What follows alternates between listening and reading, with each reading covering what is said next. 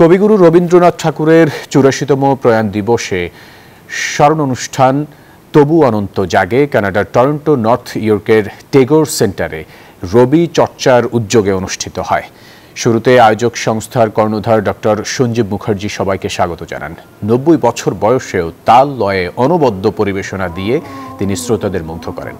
এরপর গান, কবিতা ও কথামালায় ভরে ওঠে পরিবেশ। অংশ নেন রবীন্দ্রনাথ শিল্পী সংস্থা কানাডার বরেণ্য শিল্পী চিত্রা সরকার, বাবলু হক, নাহিদ কবির কাকুলি, অনিন্দ্য ব্যানার্জি ও অপরেশ চক্রবর্তী। রবীন্দ্র ভাবনা নিয়ে বক্তব্য রাখেন দিলীপ চক্রবর্তী, আর কবিতা পাঠ করেন ফারজানা হক ও হিমাদ্রি রায়।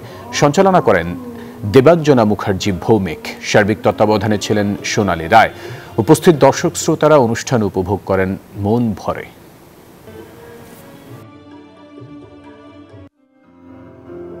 বান্ডেল থাকলে প্রতি সেনমানিতে টাকা বাঁচবে। বিকাশ সেনমানি বান্ডেল কিনে জিতুন প্রতি লেনদেনে।